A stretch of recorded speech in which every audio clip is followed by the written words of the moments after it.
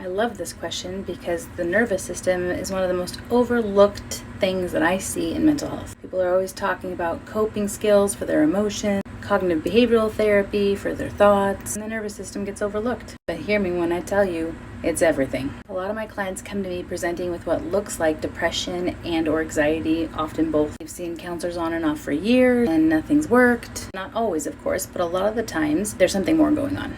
Clients start describing to me this cycle where they're just like up here all the time, super stressed, super anxious, and all of a sudden they'll just crash. After charting and tracking and gathering a history on symptoms, often we come to find out their nervous system is a wreck. If you were a car, your nervous system is like your gear shifter. It assesses the situation and shifts you into what gear it thinks you need to be in. People who have a history of trauma or living in very stressful environments chronically, or who weren't taught as a child how to regulate their nervous system, tend to identify as a pretty anxious person because they're living somewhere between third and fifth gear most of the time. But just like a car, you can't sustain that long term. Our nervous system is only designed to shift into a higher gear for short periods of time when we're in danger or we need to escape or there's something going on where there's a threat. But in a world where a threat can mean anything, financial concerns, maybe losing your job, relationship problems, or things like PTSD, our nervous system stays in that elevated state for longer periods of time. You can't heal what you don't understand. You can't address what you're not aware of. So many just go through life suffering until the crash comes. You've blown their engine, so to speak.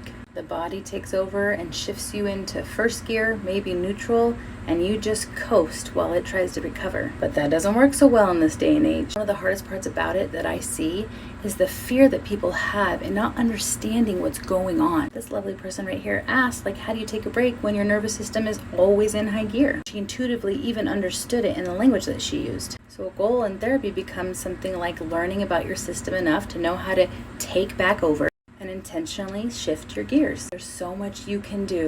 You have more power than you realize, and you can heal.